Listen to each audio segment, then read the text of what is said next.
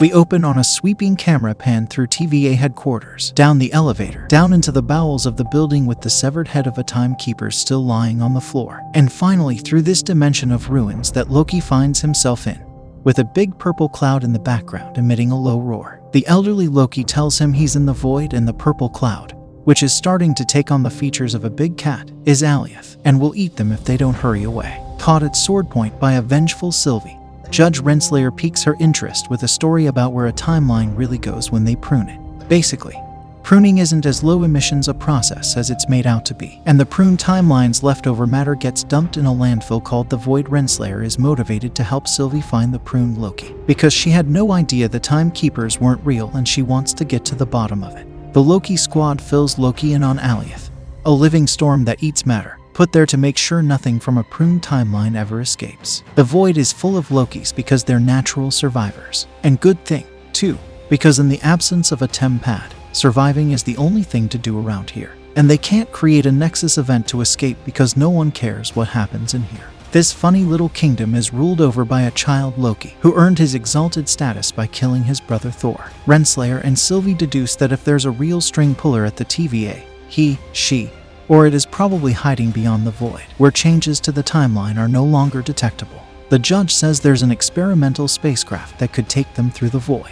She has Miss Minutes the hologram look up the files on it. But this is just a diversionary tactic meant to stall Sylvie until the Minutemen get there. Knowing all her favorite hideouts are sprung, she stashes Renslayer's TemPad in her pocket, turns the tiki torch on, and prunes herself. Back in the underground Loki shelter, the Lokis are commiserating over some boxed wine. The elderly Loki says that his timeline diverged during Infinity War when he faked his death at Thanos' hands, drifted in space for a while, and settled on a deserted planet to live out his days in solitude. He didn't interact with anybody until many years later, when he got lonely and sought out his brother, wondering if Thor missed him as he did Thor. Such is the typecasting of a supervillain. According to the TVA, the Lokis only exist to move the protagonist's arcs forward and be killed. Our Loki merrily announces a foolhardy plan to kill Alioth and escape the Void. Undaunted at the other Loki's laughter, he charges out of the porthole and finds himself surrounded by more Lokis. Meanwhile, Sylvie comes to inside an old wrecked bus. Alioth is hot on her tail, dropping little bits of purple cloud to vaporize all the matter. She runs and runs from the advancing column of purple until Mobius shows up in a pizza delivery car. The crowd of Lokis at the door seems to have been summoned by the big black Loki. He betrayed his own Lokis to sell them out to the bigger group of Lokis. But the leader of the enemy Loki faction betrays him and orders his own Loki army to kill the other Lokis. However, his own Lokis betray him, and everything devolves into a big Loki fight. In the confusion, elderly Loki, child Loki, and alligator Loki all teleport away with our Loki. Bitterly, old Loki rues the Loki's predilection for treachery and lust for power, declaring they'll never change and they'll be outcasts from the sacred timeline forever. Loki says this is exactly why he needs to take down the TVA, because any Loki who tries to break out of a villainous characterization is nabbed by the TVA and sent here. Loki agrees to help.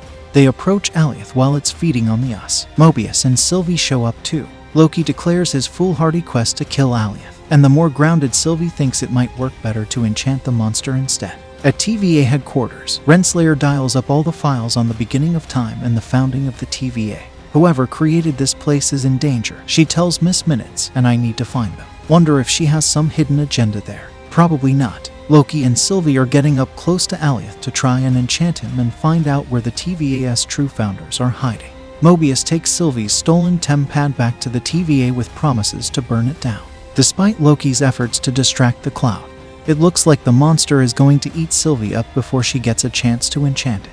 But then, Loki, who had previously promised only to get the party to the monster and then save his own skin, risks his own life to create a huge, illusory Asgard out in the middle of the wilderness. The monster turns and starts to bite the castles, which recede under his bite. Sylvie grasps Loki's hand, saying they're going to enchant it together. I don't know how, he says. You do, she says. We're the same. Sure enough, he grasps a wisp of cloud and his hands turn the characteristic green color. They manage to turn the whole cloud green, signifying it's enchanted, but not quite quick enough to step in front of Loki's heroic sacrifice. With the cloud frozen, they see a gap through which Hogwarts Castle can be seen in front of an aurora borealis.